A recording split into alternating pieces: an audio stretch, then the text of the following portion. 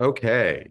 Good morning, afternoon, or evening, wherever in the world that you are. My name is Bryce Rudick. I'm the legal advisor for the Alliance of Small Island States, AOSIS.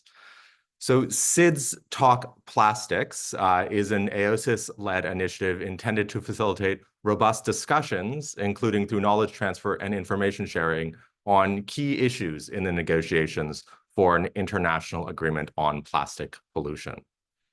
The international community has a goal to complete the work of the Intergovernmental Negotiating Committee by the end of this year. And to this end, the intended final session of the process, INC 5, will happen in Busan, Korea, at the end of November, beginning December.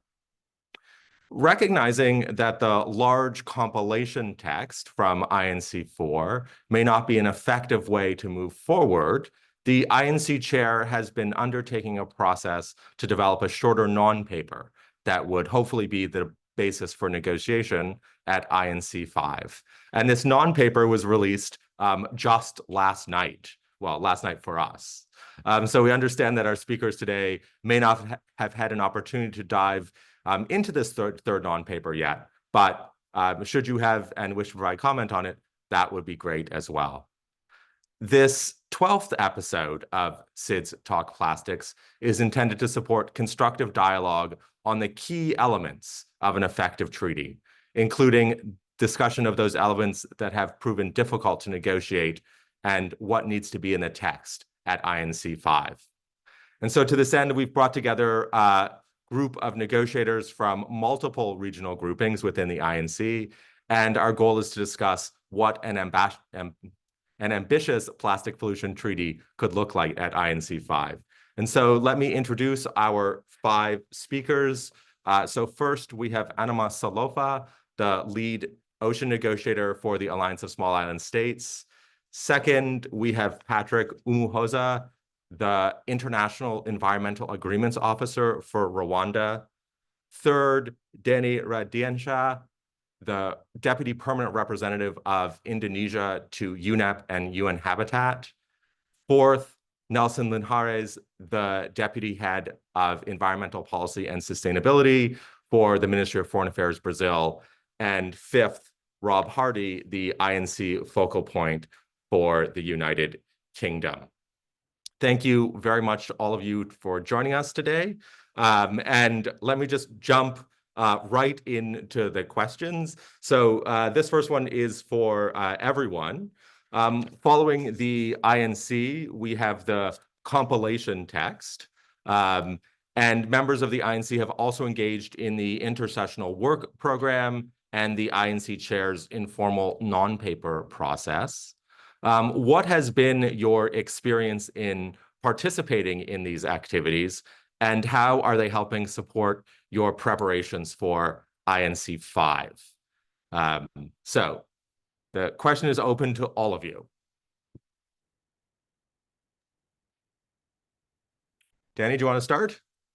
Well, thank you very much. Thank you for giving me the opportunity. Of course, I think this is a very dynamic process from the beginning.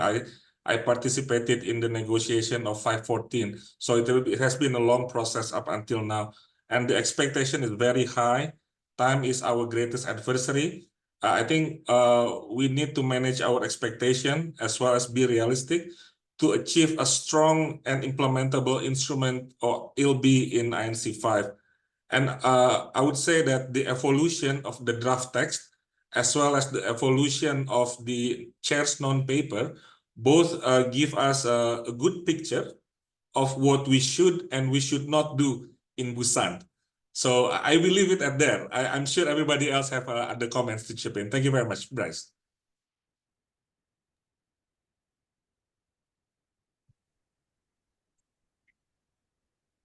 You still mute, Bryce. I am. One would think we would have learned. Anima, go ahead. Thanks, Bryce. And thank you to everyone who has joined us this morning. It's as we prepare for Busan, it's really good to keep hearing from others and have these discussions. So in terms of the question, AOSIS has continued to prepare for INC5 based on the compilation text as the formally agreed basis of negotiations that came out of Ottawa, INC4. At the same time, though, we've actively engaged in the INC chair's informal non-paper process, and the heads of delegation meetings and the non-paper process have provided delegations with the opportunity to discuss key elements to be included in the final text at INC5, considering the first and second iterations of the non-paper from the chair. With the third iteration coming out just a few hours ago, AOSIS is like we are still in the process of reviewing the paper to ensure that the priorities and key asks of SIDS are included. The informal process has allowed us to consider also the sequencing of activities necessary to allow for the INC to complete its work and develop an effective instrument in line with Resolution 514. The ad hoc intersessional expert group meetings, both virtual and in person, gave SIDS an opportunity to engage more deeply in discussions around two critical elements of the treaty, being finance and approaches to regulating plastic products and chemicals of concern. So as we prepare for INC5, it's key for us to have clarity and timely instructions on how all of these parts kind of come together and include what will be in the agreed basis for negotiations at the level of the INC. Thanks, Anima. Rob? Yeah, thanks, Bryce, and also thank you to EOSIS for inviting me to participate in this discussion. Yeah, the experience since INC4 has been really positive, and I've got the feeling that we're building a lot of momentum towards INC5. As Anima just said, there've been a range of initiatives since INC4. We've had the intersessional open-ended expert groups, which met virtually and in person in Bangkok. We've also had the informal heads of delegation meetings, which were again virtual and in person, and we've had the non-paper. As Danny said, we know that the ambition to conclude negotiations by the end of 2024 is very ambitious. We do face a tough timeline, so it is really important that we've had these extra initiatives so that negotiators have more time to meet, discuss, and hear a range of perspectives. Particularly the intersessional work I found particularly valuable because we had a range of experts from both government and outside of government. We had the technical resource persons. I participated in expert group 1 on MOI, and we had resource persons who worked on other MEAs, experts from financial institutions, intergovernmental organisations, and they gave us presentations on their experiences with other MEAs, what has worked well, what has not worked well, what challenges have been overcome in those different spheres, and having the opportunity to ask those questions was really important. And having more opportunity to hear the priorities of other delegations has also been really important to us, and is definitely informing our positions as we head into INC5. And just finally on the chairs non-paper, we do really welcome that initiative. As Anima noted, the mandate from INC4 is to use the compilation text, but we do know that we face a significant challenge in fulfilling our commitment to reach an agreement by the end of the year.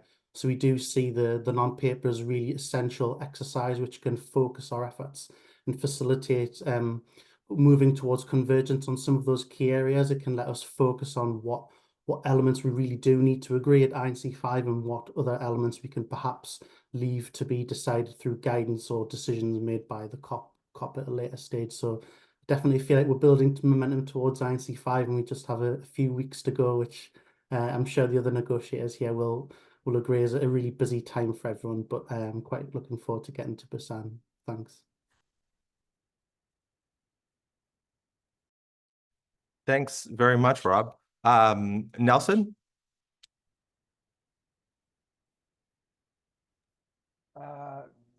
Thank you very much. Well, first of all, I agree with what has been said so far. Well, very good seeing you all. And thanks for the invitation. And yes, I agree with everything that has been said, that it's a dynamic process, that it's also a complex issue, that we have some time pressure. We believe that the chair has done a good job, because as has been expressed here, the compilation text, it is our reference because all the views of all member states are in there. So that's the legitimate reference. But the chair has talked to different delegations and has tried to present us with something more workable. So let's see if in Busan, if all member states agree with such a non-paper to be the basis of negotiation. We believe he's done a good job. Of course, that there's work to be done in there. And I believe there is another question related to that. For example, just transition for developing countries. It's something that we envisage entering the non-paper, that it's not in there, just to give an example. But in the end, we believe that we can end the negotiations with a treaty that it's ambition, but that it's also balanced, that there is ambitious obligations, but also ambitious means of implementation. And let's hope that we can advance the farther we can in Busan. Thanks, Nelson. Patrick, I know you were having some video issues, but would you like to come in on this question? Yeah, sure. Thank you very much. I hope you hear me, everyone. No problem. Yeah, thank you very much for the invitation. As we all know, is that the UNEA 5.14 mandated INEC to complete its work by the end of this year. So now we only have 7 days for INEC 5 negotiations. And the compiled text currently contains over 3,000 brackets with the 0 text options, making it somehow impossible to finalize the work within 7 days that we'll be having in the Busan. So that's why we really appreciate the chair's initiative for proposing a non-paper. That will be the best option to support all INC members in concluding the session with the text ready for adoption. So we all understand that plastic pollution is more complex, but the history demonstrates that it is possible to finalize the treaty within the set deadline. The chair proposal approach has been successfully utilized in various other MEAs, such as chemicals-based convention.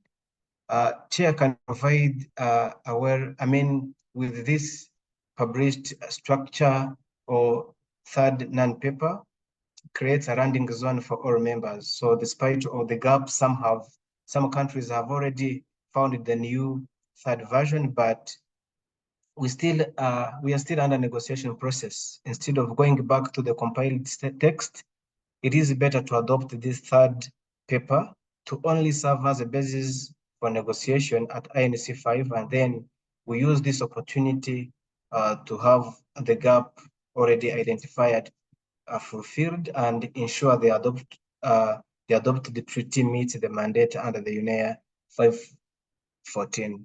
Thank you. Thank you very much, Patrick. So moving on to our second question. So understanding that the chair has been in this process for the last few weeks of developing this third non-paper, can you tell us what some of the key priorities for your delegations are in this non-paper? And then as it just sort of came out last night, did you see those reflected in the non-paper? Nelson, did you want to go first, or was that a hand from before? It was a hand from before, but I can go anyways.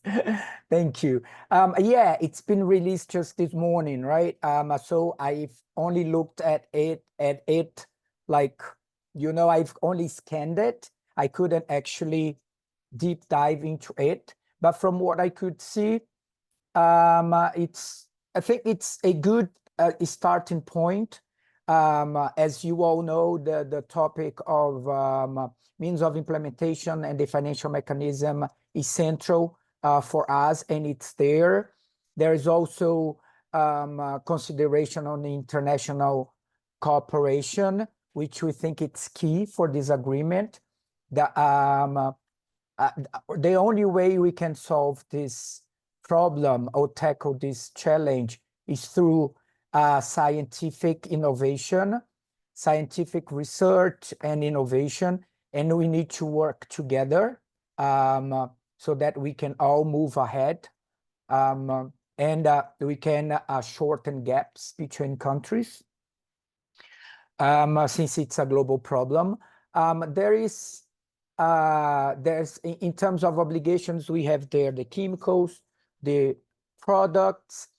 To be honest, I read it very quickly, but I thought that this bit of products and chemicals, it's a bit confusing, but maybe I need to read it more calmly and attentively, but it sounded a bit confusing for me, but it's there. The part of supply, we have to be very careful with that in the sense that we don't want to get unexpected outcomes. I think the part of supply can be tackled through the chemicals and plastic product section, but it's there. I know some countries want it, so it's up to debate. As I said, I think we need to see some provision on just transition for developing countries as well. We know that we hear a lot that just transition is just related to workers, like in ILO resolutions. But if we look into the European Union legislation for climate, for green transitions, we see that they have just transition for both vulnerable communities, but also for their different regions. That means they're different countries who are starting from different points, so that they need extra time, and they need also financial, technical, and technological support to catch up. So I think we can have that as well reflected in our treaty. But again, it's a good starting point. Thank you. Thanks, Nelson. I feel that none of us read it particularly calmly. A lot of frenetic reading after we saw this. Danny. Well, thank you very much. So I saw the third iteration 6 a.m. This morning, Nairobi time, when I was drinking my coffee. So I just read quickly about it. But I think it is very much appreciated, the document, so that we can have a clearer, idea what the chair wants, on the text itself. Some elements that is very important for us: waste management, means of implementation, financing, national plan, among others. I think those are the things that I stop skimming and read a bit through when I scroll down the document. But I also take note what Nelson mentioned about the previous part, that I think we still need to discuss or to learn more about it. What the document, my first impression when I read the document, I missed an expectation which I thought it would be included, because in the Nairobi discussion during the head of delegation meeting, I heard some discussion about options. So the thought was that first we have the table of contents, and then we have the bit of more substantive document, and then after the HOD meeting in Nairobi, the chair will come up with a document which consists of option. And this one does not have. Instead, it has like a proposal, right? So that's one. Number two is if you look into the document, some parts of that the chair give a proposal of text, and in other parts he does not propose actual text. So this also may trigger a question why the chair chose to provide some text proposal in some parts while leaving the other parts more flexible, but this is something that I think that will create some kind of challenge in the discussion. It will affect the conversation, but I believe it is not impossible to reach an agreement. It's not going to be easy, but it's still possible to get an agreement based on what we see in the third iteration vis-a-vis what we see in the compilation text. So I would just I think for all of us who will go to Busan, we need to prepare ourselves with lots of coffee, lots of candies, a lot of vitamins, etc. Because I'm sure we will stay up until the night. Everybody's smiling here, so I leave it at that. Thank you very much. Back to you. We may all age 1 year in 7 days. Yeah. Rob. Thanks, Bryce. And I'm in the same position as Danny and Nelson, that the paper only came out early morning for us in the UK. So I've only had the chance to read it, just skim through it. But my initial reaction is that it's positive, and I'd just like to note that the non-paper is not an endpoint. There are some things that are in there, some things that are not. And I can't speak on behalf of the chair, but I do think his intention is to focus our efforts, and there is room for the non-paper to evolve and be built on, and to support us to work through the compilation text. For us, the UK, we do think most of the elements we'd want to see are in there. There's articles on problematic products, chemicals of concern, product design, production or supplies, it's called in the non-paper. Some of the downstream elements like waste management, emissions and releases. We have MOI, national action plans, and some of the final provisions are all in there. One thing that I did notice, I think, is missing is fishing gear. We know that fishing gear is a key source of plastic pollution, particularly in the marine environment. So I think that's something that we would like to see in there, but perhaps it could be covered through some of the other articles like design, those on products, and the waste management. I think in reaction to Danny's point around some areas in the non-paper having text suggestions and some not, I think where he's not suggested text tends to be those areas where there's where there's not convergence, or where there is divergence. So it seems to be on products, on supply, and on finance can seem to be the areas where he's not suggested text, and he has suggested text on some of those, like the final provisions and national plans, etc., which are a bit less controversial where we have more convergence. I think that's probably the right approach. In my view, I think the chair probably doesn't want to inflame anyone, to know that some of those are sensitive topics. So I think he has struck the right balance there. And also, I think it's important to note that the chair's quite usefully pointed out some areas where we can agree things on the face of the treaty, what actually are the essential ones that have to be agreed now, because we all know there's limited time, we can't get everything agreed on the face of the text. And there are some things that could be dealt with through guidance and annexes, for example, guidance around design, guidance on how national action plans should be produced, etc. So it's really important that we can focus our efforts based on the guidance from the chair. Yeah, but I'll leave it there, and I think Anna will come in as well. Thanks. Thanks, Rob. Anima? Thanks, Bryce. It's good to hear that from others from the quick skims that each of us have made of the third iteration since it came out.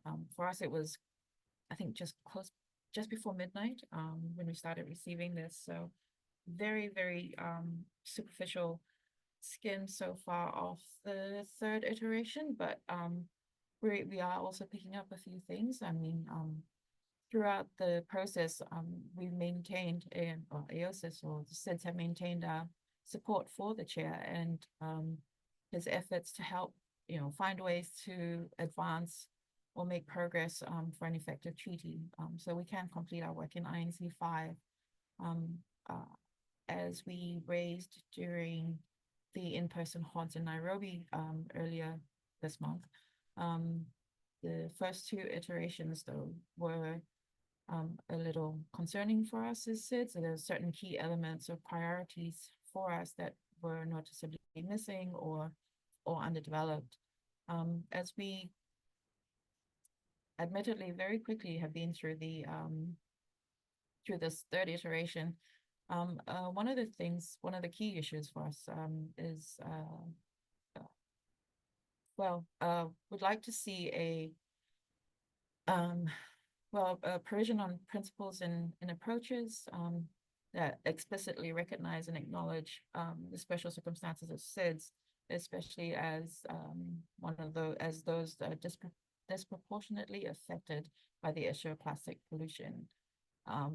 Another that we've picked up, and I think we've also reiterated before, is further development of the establishment of a subsidiary body on technical, socioeconomic, and scientific matters. This is something we have spoken to throughout the process, throughout the INC process, and is quite key for SIDS to be able to effectively participate in this. Going forward, I do have to say that it would be difficult for our membership to engage constructively on a document as the basis of negotiations, which doesn't reflect our documented or well-documented priority issues from day one. So that's our quick 2 cents for now. Thanks. Thanks, Anima. Patrick? Thank you very much. I wouldn't say that the 3rd non-paper fully incorporates all proposals discussed at the head of delegation meeting, as the previous speakers have raised, which will somehow make our discussion, our negotiation difficult. And I've tried to go through the published non-paper, the 3rd one, and I came up with the 2 main comments, especially the first will be on the nature and obligation. The non-paper often prejudices the nature of the obligation and necessarily setting too low of the bar. For example, on national plan, the 3rd non-paper suggested the text that each party may develop and implement a national plan. So this set out national plan as a voluntary, as an initial matter, not even matching the ambition in the Paris Agreement.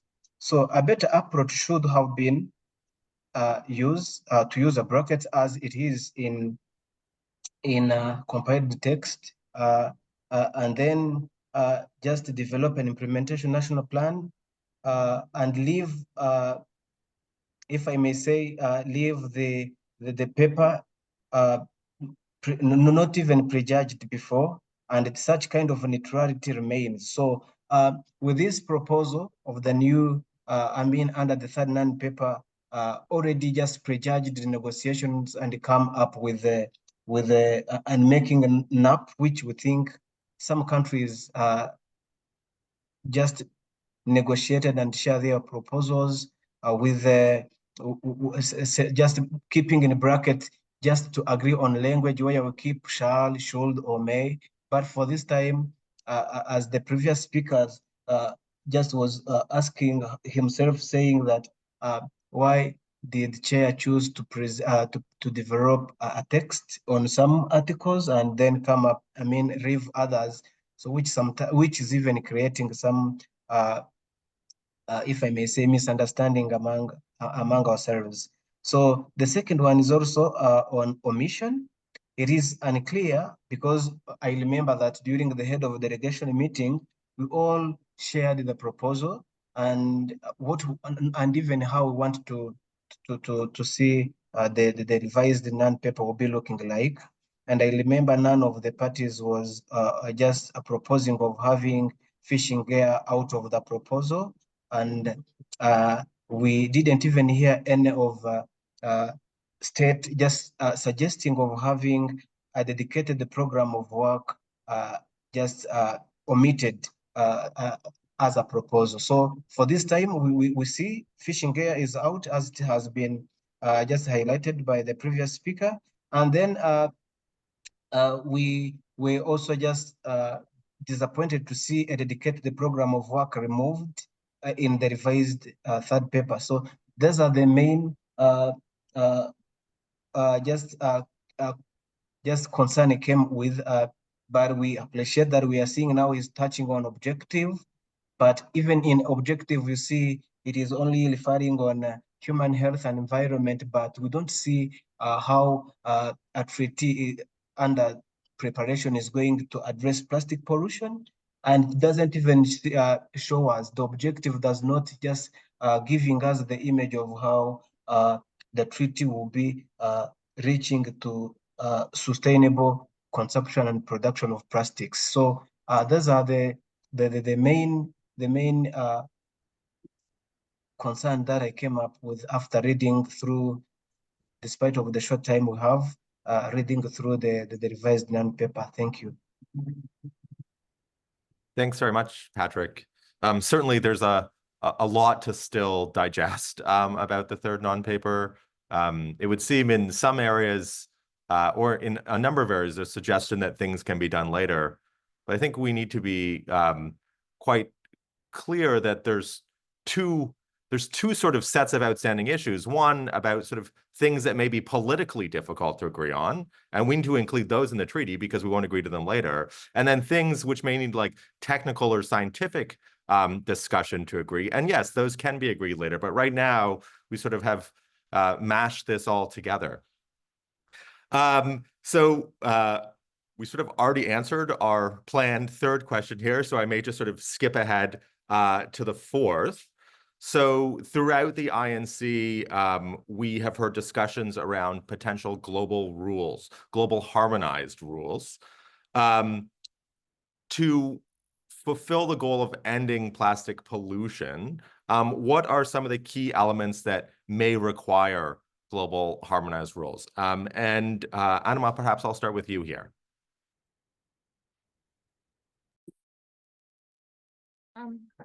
Okay, thanks, Bryce. So the global harmonized rules on product and design for us could support increased circularity, consistency in approaches to achieving those obligations, and reduce fragmentation of global markets and certainty for stakeholders in the private sector.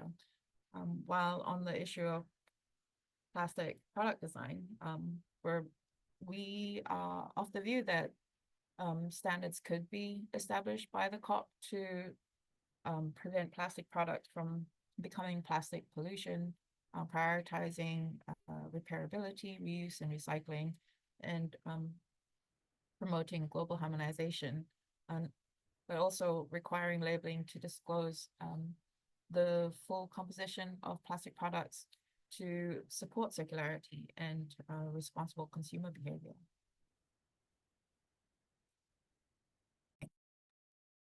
Thanks, Anima. Patrick, could we go to you?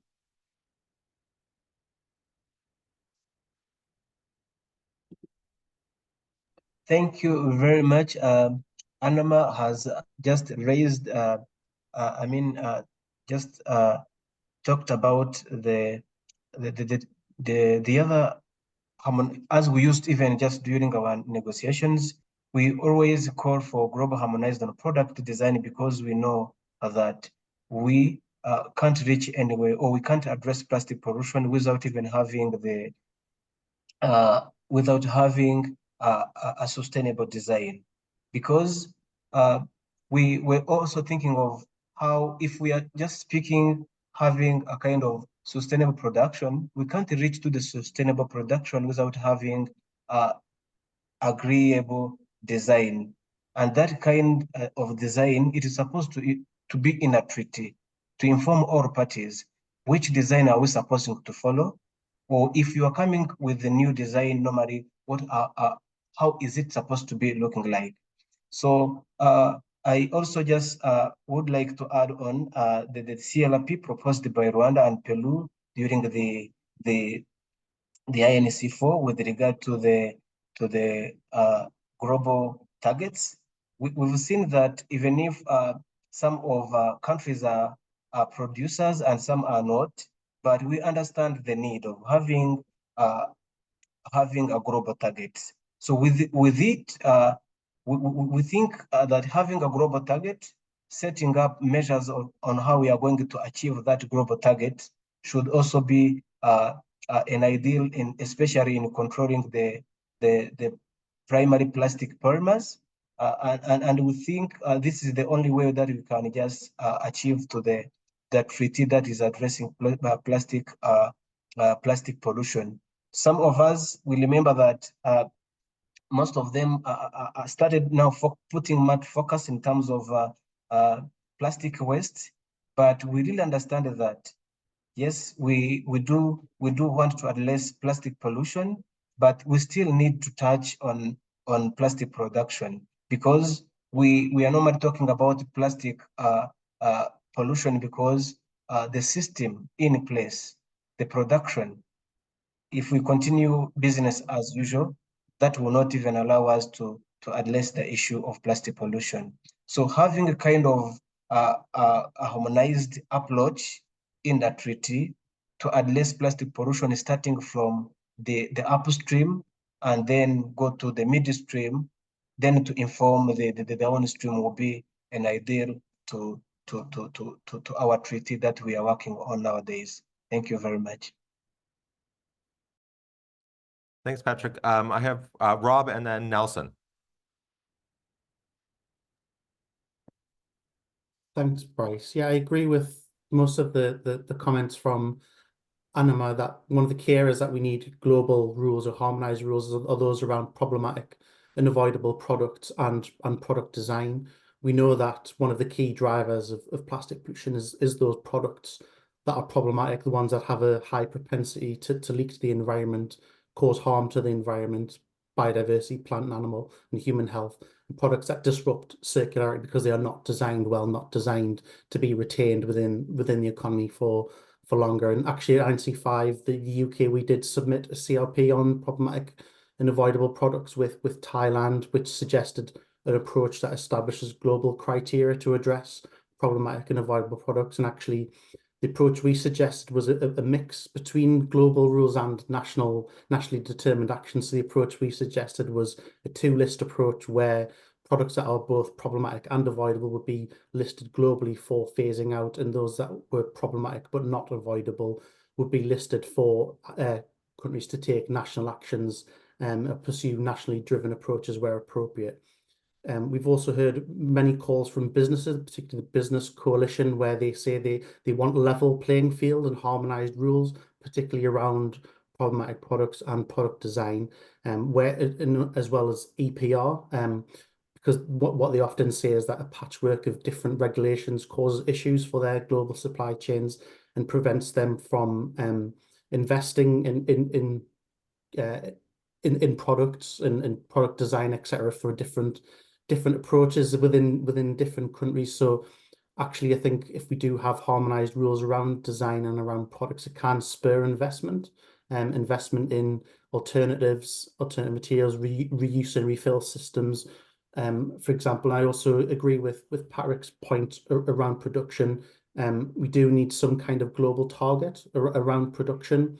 We know that part of the problem with plastic pollution is because waste management capacity can't keep pace with the amount of plastics that are being produced or put into the system from the start. So we do think that we need some kind of a global target that could be potentially underpinned by national goals that support that global target on production. Yeah, thank you. Thanks, Rob. Nelson?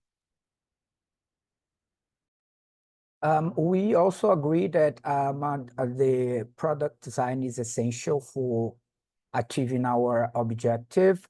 And that some harmonization it's also relevant in the sense that we avoid fragmentation, as Anama said, and we move all towards the same direction. But it's important to highlight that again here we need some just transition for developing countries, and I'm gonna say why.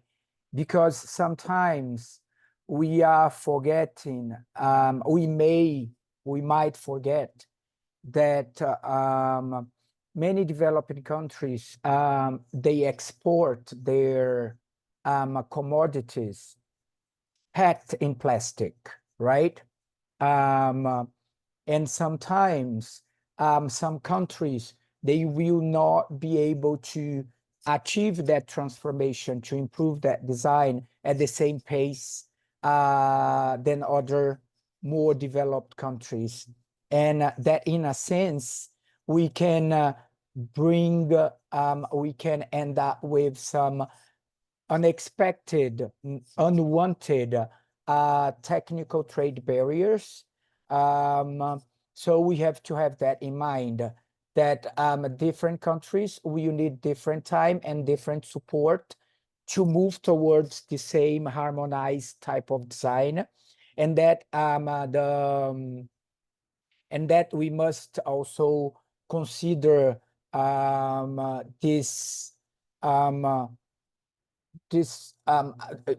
the treaty in a way avoids that type of technical trade barriers.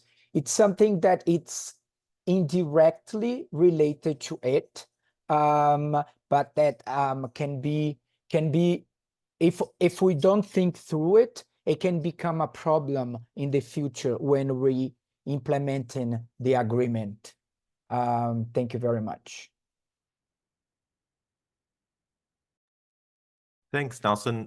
Before I go on to the next question, I just want to remind all the participants that you can use the Q&A function, which should be on the bottom of your screen, to give us questions, and a little later in the program, we will have a time to answer those questions. So next up, I want to ask what is needed to ensure effective and sound waste management globally? And Danny, as you said, that was one of your key issues. Maybe I'll start off with you. Well, thank you very much. Yes, indeed, the issue of waste management is one of our priority. So looking at it, I think a lot of things that we need to make sure to support the waste management, and including among others, but not limited to support on infrastructure like incinerator, etc. Strengthening of policy sector as well, regulation. We need to make sure that we have a solid policy and rules and regulation related to waste management, and we can always learn from each other on this one. And also financing and capacity building. So those are the things, I think those are the elements that are very critical to ensure that the waste management can be, can be taken care properly in the context of the implementation of this treaty. I just want to emphasize that because waste management is a problem that is experienced by most of developing countries here in the world. So I think the adverse effects are very real. So we need to make sure that we have proper attention and all the resources needed in the treaty so that we can address this issue. So thank you. I'll leave it at that. Thanks, Danny. I'll go to Nelson next. Okay, I just totally agree with Danny. That is a fundamental part of the agreement. We know that many developing countries face severe challenges regarding waste management. Not only most countries probably do, but we have our budgets very constrained, dealing with sometimes more pressing issues like fighting hunger, poverty, security issues, education, and all other relevant topics for public policy. We believe that EPR systems will play an important role there. They need to be national established according to national circumstances. We know that for some countries, maybe EPR won't actually help much, but they can do a bit. We also understand that waste management is very expensive, so we need different sources of financing, including from donor countries as well, but we have to see how to fit that in, because we know that it's a huge financing challenge and gap that we face there. So we need, again, different sources. But just as upstream is so relevant for dealing with plastic pollution, so is waste management. We need to tackle effectively both fronts, and we will need a lot of international cooperation in terms of technical and technological assistance as well. We need to work together there in terms of developing innovative solutions. Thanks, Nelson. Anima? Thanks, Bryce. Just going to echo what both Danny and Nelson have just spoken to. So from the SIDS perspective, we always maintained that the provisions on waste management must be explicitly coupled with clear and effective provisions on means of implementation, or MOI, particularly for SIDS and LDCs. And as the previous speakers have mentioned before, including access along the lines of financing, and in our case, priority access for SIDS and access to technology for waste management and recycling. For us, any comprehensive waste management must also include recycling, and any measures to regulate waste management, disposal practices and techniques which are considered inadequate or harmful, as you can see, as we've seen in the compilation text, should be based on sound scientific evidence. Another one for us is the issue of transboundary movement of plastic waste. That for us is important and also needs to build on requirements under the Basel Convention. Thank you. Okay, now getting to one of the trickier questions that we may have. In your view, what is essential for effective and fit for purpose means of implementation under the agreement? We've heard this referred to a lot, but let's dig into this. So Patrick, maybe I'll start with you here. Sorry, I didn't catch you well. Sorry. So the question is what is essential for effective and fit for purpose means of implementation?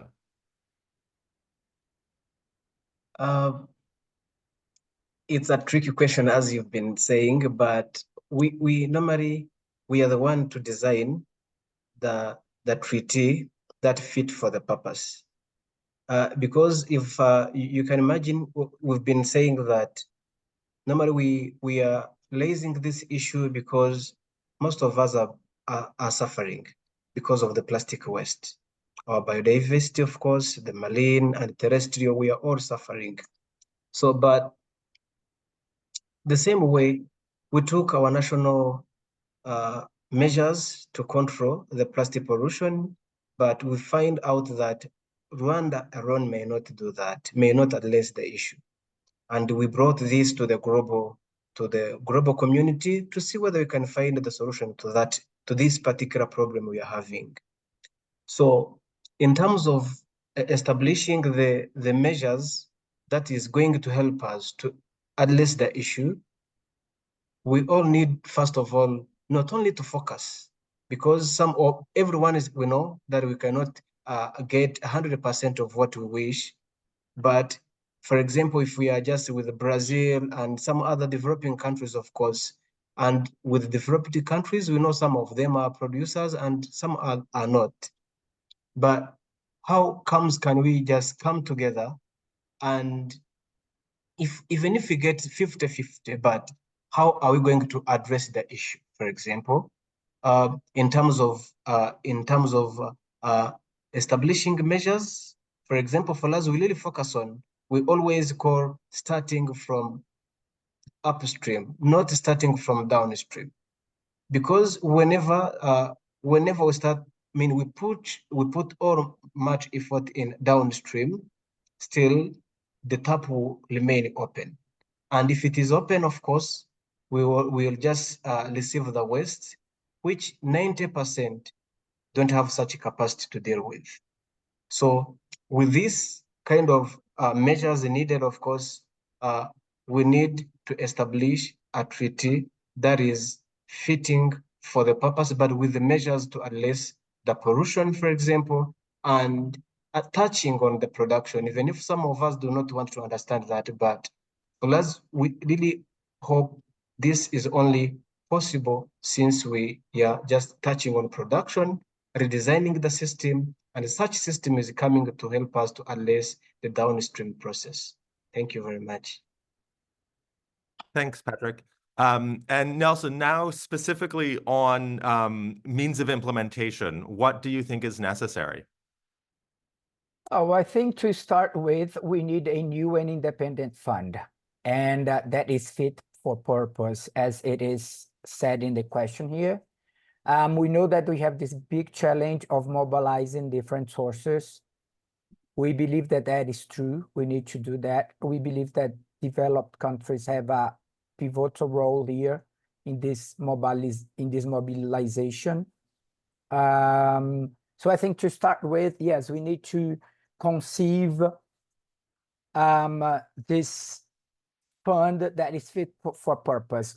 We have nothing out there that could actually tackle properly in financial terms this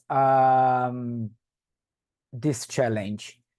So we have to conceive of something new and fit for purpose.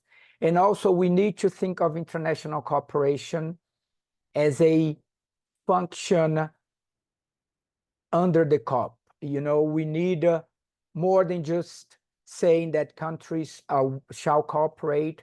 We need to have some sort of committee structure under the COP that will incentivize, that will promote international cooperation in science, in innovation. Of course, in a way that everyone is comfortable with. Thank you very much. Thanks, Nelson. Next, Danny. Well, thank you. 2 quick points. When you talk about means of implementation, it means that we're talking about the financial side and the non-financial side. For the financial side, I believe the most important thing is to ensure that we don't have financing gap in the beginning of the implementation. This issue has been raised during the intersessional work in Bangkok. A lot of questions to the technical resource person on how we see other conventions previously to ensure that for ILB we don't have financing gap in the beginning of the implementation. What is the gap?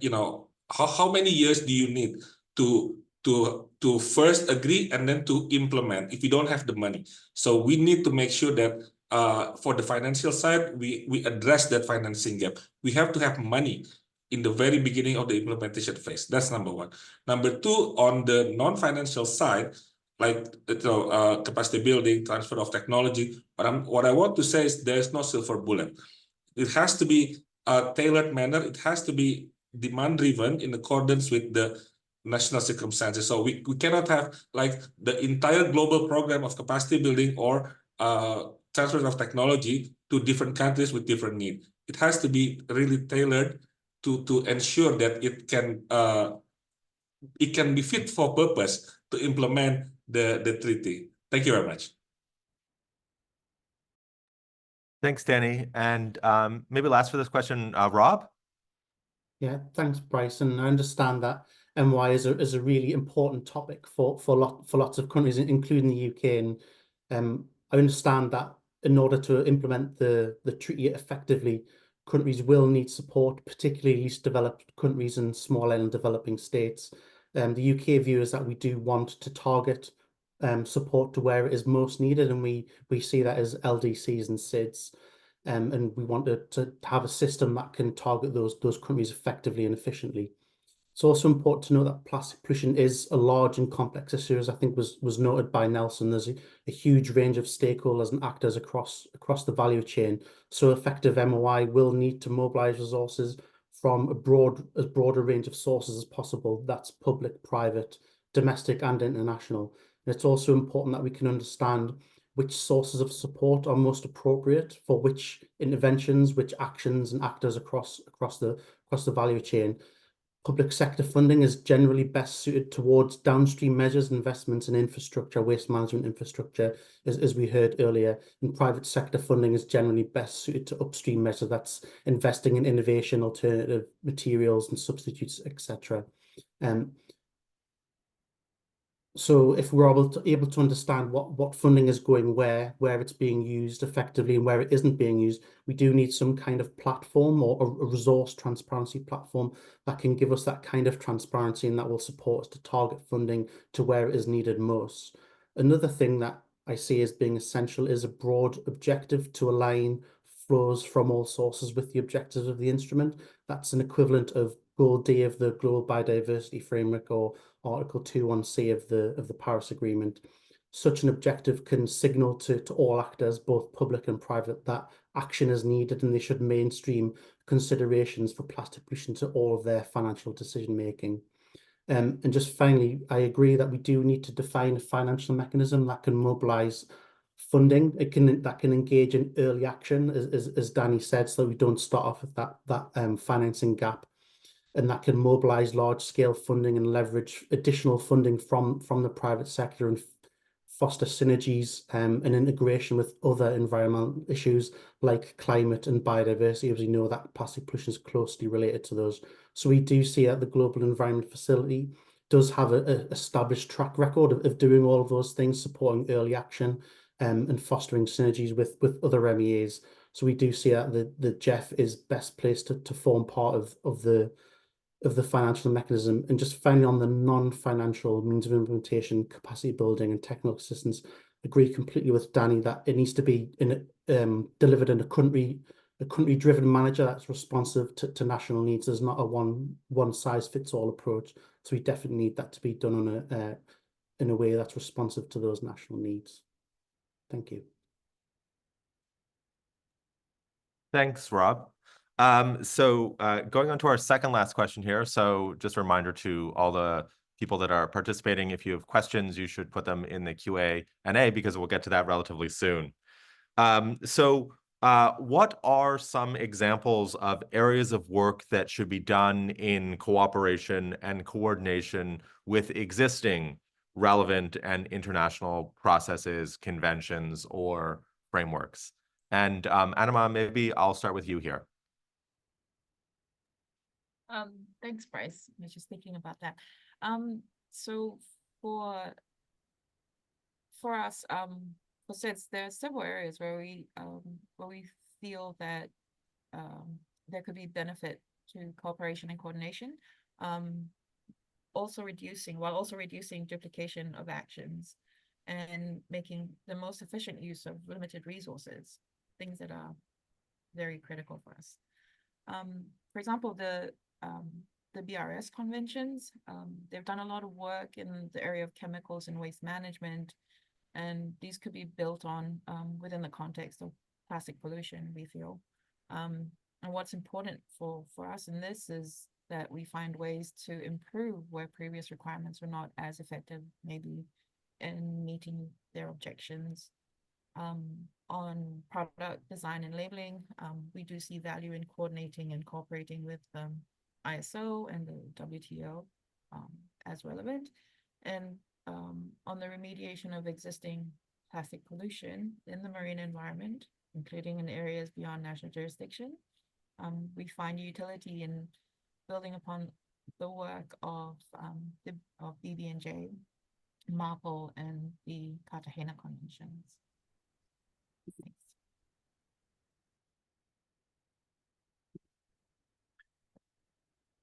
Thanks, Anima. Next, I'm going to go to Nelson. I just subscribe to everything Anima has just said. I'd say the same. I'd mention the same conventions. Thank you. Perfect. Danny? Okay, let me just add one more then, because I agree with the BBNJ, I agree with the BRS, etc. I think one of the other convention is the Regional Sea Convention. In our area, it's the COBSEA, the Coordinating Body for Sea of East Asia. And for us, the Regional Sea Convention have been and can provide more in the future, policy support, capacity building. And I think most important thing is also they have this regional dimension, right? So they have this clear understanding about the need for Indonesia, the need for any other country surrounding it. So it is going to be very much useful and practical for the policymakers to improve their knowledge and to see how we can implement this more effectively. I happen to have a very good collaboration with the COBSEA Secretariat, and from time to time they always update me with all the programs. And all this kind of activity like seminar, capacity building are very practical and very down to earth, and it's easy to see the benefit of it. So I think for all of us here from different regions, we need to maximize the role of the Regional Sea Convention for capacity building and policy support. I think, of course, there are many others, but I just want to highlight the capacity building element and the policy support. Thank you very much. Thanks, Danny. Nelson, did you want to come back? I actually do. I'm just building on what Anima said about the relevance of dealing with existing plastic pollution, especially in the marine environment. It's not a convention, but maybe we could also coordinate with some existing UNEP initiatives that deals with this problem. And one of them is the Global Program of Action for the Protection of the Marine Environment from Land-Based Activities. And also there is the Regional Seas Programs at UNEP that dialogues with Daniel was saying, I believe. So they're not conventions, but they're initiatives that are out there and that this treaty could dialogue with to help achieve its results, especially dealing with legacy pollution in the marine environment. Thank you. Thanks, Nelson. And so for my last question for the panel, so we, in less than a month, will be in Busan for INC 5. We have 7 days of negotiation there. What is your expected outcome from INC 5, and what does the final treaty look like? Open to anyone to start here. I'll go first. Thanks, Danny. So I think this is really the million-dollar question. But if we think visionary, and what our aspiration is, we want to see a swift and succinct instrument. So from these 70 pages of compilation text, or from the 18 pages of the third iteration of the non-paper, we can come up somewhere there, that's number one. Of course, in terms of substance, it has to, really address the full life cycle of plastic, putting emphasis on waste management, putting emphasis on circular economy, putting emphasis on the means of implementation. And I want to repeat my previous intervention regarding the need to have the availability of funding in the beginning of the implementation. We really need to avoid that financing gap. Okay. And then for the means of implementation in general, it has to really make this treaty or this instrument an enabling instrument that it create a level playing field. Because with that, and with only that, I believe that we can implement this effectively.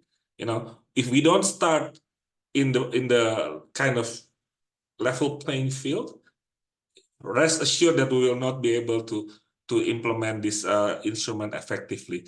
So that's what we really expect from there. So I'll just stop at that. Thank you very much. Back to you, Bryce. Thanks, Danny. Patrick? Thank you very much. I just wanted even to come up, to talk about the previous, the previous questions you were raising with regard to some other MEAs that we can even draw from. I just wanted to add on Montreal Protocol, especially on finance and means of implementation, that we can draw some provisions that can guide our work during the INC 5. I just wanted also to raise the WTO, that we can just as raised and seen that there is kind of supply, as it has been raised during the third non-paper, and the UN Convention on the Laws of the Sea. Of course, that's the other MEAs that we can learn from, in addition to other MEAs ANAM has been just raising. With regard to how we normally wish to see, it is of course our, I don't know how I can explain it, whether it is a dream on how we'll be expecting to get a treaty looking like. As we were discussing on sequencing of work, for example, during the head of delegation meeting, seeing that of course, we may not say that we are going to conclude all the work during the INC 5, but we need to be strategic in terms of sequencing, because sometimes we'll be seeing the treaty that is not, for example, implementable for the moment. So that's why we need, first of all, focus on sequencing and see what are we supposed to have in a treaty for adoption during the diplomatic conference. And then after that, we'll just give the mandate to the COP to elaborate further with regard to more, make it more implementable. So for what now we want to see in a treaty to be adopted at diplomatic conference, we just want to see a full life cycle of plastics connected with the production as part of the treaty to be adopted at DIPCON. We also wish to see, as Danny has been just raising, we want to see finance on the forefront. First of all, we know, and then we want to see the finance as a part of that treaty to be adopted during the diplomatic conference, and give the governing body a mandate to elaborate further, showing us the source of fund where it will be coming from, as well as just give normally and address how much do country needs to address the issue. So those are the main components that we we wish to see for the treaty to be adopted at DIPCON, and we hope to see that and elaborated further during the conference of parties as we'll be heading ahead with the further work. Thank you. Thank you, Patrick.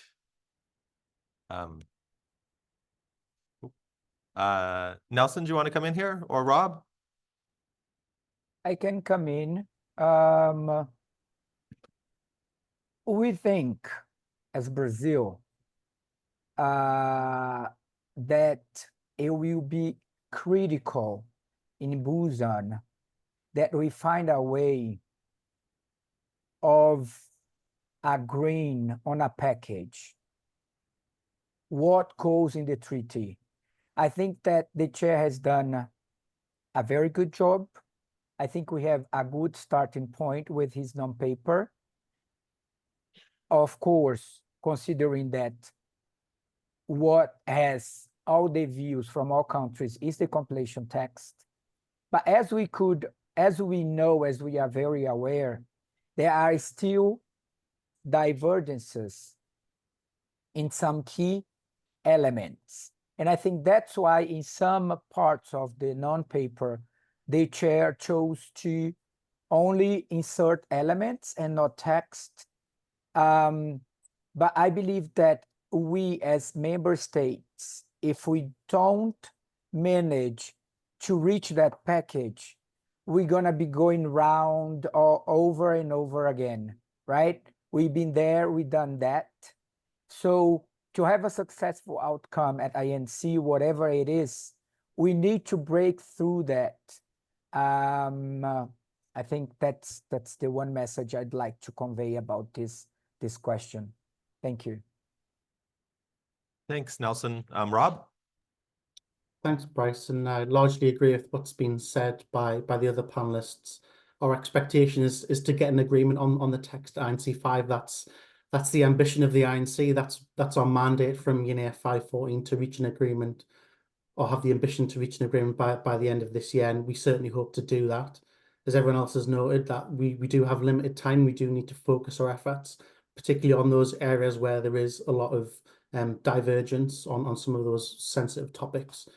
So we do need to organise our work effectively, use those 7 days as efficiently as possible, so that we can get agreement on those areas. And I agree completely with Nelson. The treaty is a package. We can't just view elements independently from the other elements. They're all related. Both the core obligations are related to the upstream obligations are related to the downstream obligations, and of course the supporting elements like MOI, national action plans, etc. To support the implementation of the core obligations is really important. So we do need to view it as a package as a whole. What would an ambitious treaty look like for us, and what needs to be in there is a treaty that addresses the full life cycle of plastic that is noted in the UNEA Resolution.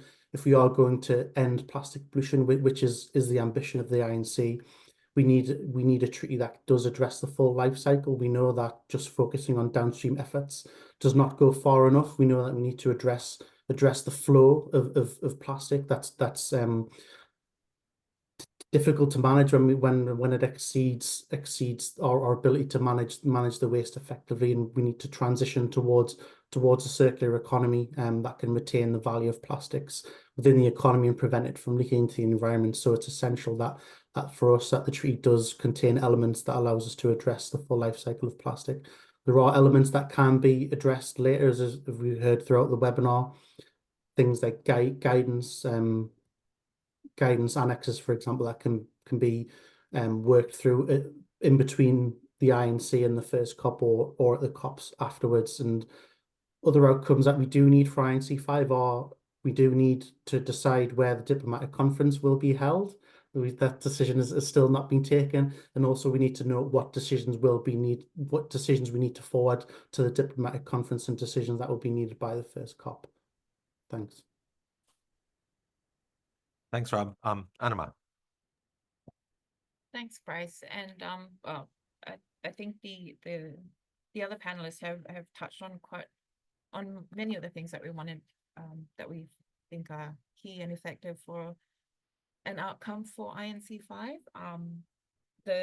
Danny speaking to the financing and having this sorted is something that we as SEDS have also have talked about extensively throughout the whole process. I think for us, the remaining faithful to Resolution 514 and treating with plastic pollution across the full life cycle, as has been raised before, is something that we want to ensure is included in this treaty to be effective and ambitious.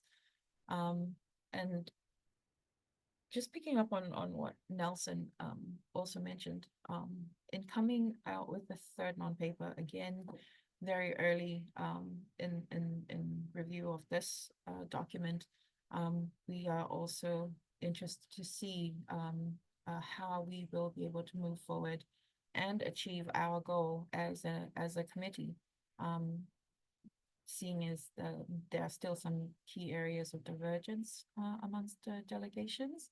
But I think for us, at the end of the day, what we would ideally like to see is an effective and ambitious plastic pollution treaty, one that reflects our key priorities in special circumstances, and as I said before, remains faithful to UNEA Resolution 514, and the goal being to end plastic pollution.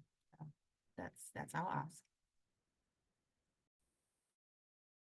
Thanks very much. So we have a little bit of time for questions from the audience. And so first up, we had a question about sort of harmonized global standards. And I know the panel had a good discussion about harmonized global standards in relation to product design. But how do we ensure that sort of national needs are reflected in harmonized global standards? And then second, is there a need to have harmonized global standards in other areas, like in waste management? So I'm gonna maybe start with Nelson on this, but also open to anyone. I'm sorry, I got distracted. No worries. So the question was about harmonized global standards. We've had a good discussion about harmonized global standards for product design, but how do we ensure that national needs or national interests are reflected in harmonized global standards? And then second, is there maybe a need to have harmonized global standards for waste management as well? About this topic, what we think is that when we talked about those standards, that these standards, first of all, that they allow for innovation. So they should not be too prescriptive in the sense that they should mention the goal. What are the goals these standards should achieve? And then there's need to leave room for countries to be creative and innovative. So it's not about being prescriptive, saying that you should follow this or that technique or technology, but you should reach a goal. For example, more recyclability, something like in that sense. Also, we think that we need to refer to relevant international standards. There is a lot done out there in these in international organizations such as ISO. We say it ISO in Portuguese. I don't know how to say it in English, but there's a lot of those standards out there already that have been carefully constructed. So we need to refer to those relevant international standards as well. And those standards need to leave room for innovation so that different countries can reach the same goals through their own tools. And of course, cooperating among themselves so that everyone can get there. Thank you very much. Thanks, Nelson. Anyone else want to come in on this question?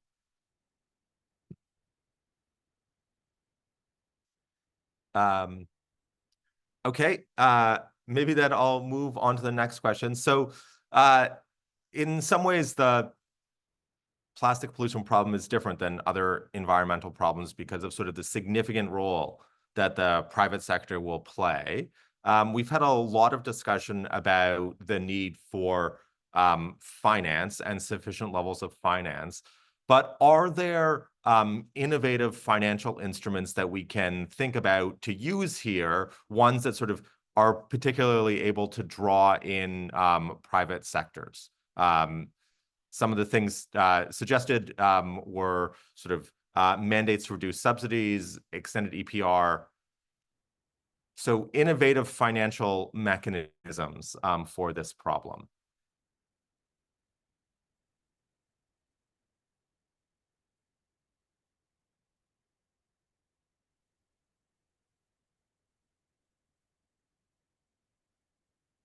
Rob? Yeah, thanks, Bryce. I can provide some reflections on this. And yeah, as I said in my earlier intervention, and you noted there, plastic is quite different to some other environmental issues. As we know, it's deeply ingrained in society and the economy. There's a huge range of actors, and we do need to mobilize a broad finance from a broad range of sources, particularly from the private sector. And EPR is a key tool at doing that, at raising finance. If we make polluters pay at the domestic level, that we make them responsible for the full life cycle and the full costs of their products. EPR can raise significant funding to fund the waste management, but also it provides a clear incentive to innovate, to transition to more sustainable materials, and you can do that through the eco-modulation of fees. And also it can create a regular funding stream which can be used to invest in infrastructure. So EPR can also invest in infrastructure as well as funding cleanup and waste management activities.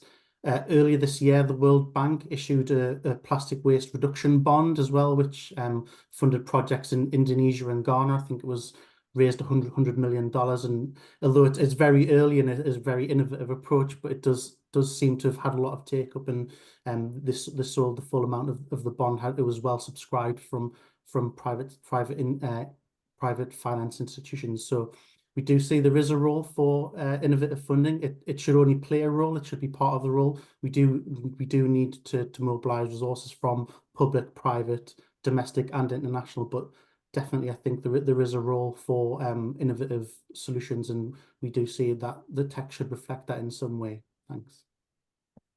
Thanks, Rob. Nelson? We also agree that there is a huge challenge in financial gap there, and that we need to mobilize these different sources, including the private sector and so on. But we need to remind us that we're talking about an international agreement, about an MEA, multilateral environmental agreement, and we come to that sort of instrument when we understand that we need global action, both in terms of measures to be taken, but in terms of international cooperation, including financing. And that means that member states are parties to the agreement. So it's in the very core of such agreement that developed countries that command the financial resources and the technological resources, they're joining this endeavor to cooperate with developing countries. So we cannot forget that it's the core of an MEA, an international agreement. And the mobilization of domestic resources, that goes without saying. We already using our domestic resources to deal with the problem. And we move into a global agreement for global cooperation. So we cannot, although we agree that we need to mobilize all the sources, private sector, increase the mobilization of domestic sources. This is not the reason of an international agreement. This is not why we agree to have an international treaty that commit parties, state members, to cooperate, both in measures and in means of implementation. We cannot divert ourselves from that core element of an MEA. Thank you. Thank you, Nelson, and thank you to all of our panelists. We have a number of other questions that have come in the Q&A, but unfortunately we run out of time today. So I think, as is obvious from the discussion, there certainly is a shared ambition that the agreement is completed this year. But at the same time, there's also a shared ambition that this is an ambitious agreement that covers the full life cycle of the plastic pollution problem. So it will be interesting to see sort of how those come together at INC 5. And I am sure that after INC 5, we will have another SIDS Talk Plastic, where we will either be celebrating that which we've accomplished or looking ahead to whatever the next step may be. Hopefully it is the former and not the latter, but we will see. So thank you again, all of you, for joining us, and I hope everyone has a great rest of their day. Thank you very much. Thank you, everyone. Goodbye. Thank you. Bye-bye. Thank you for convening this talk. Bye-bye. Bye.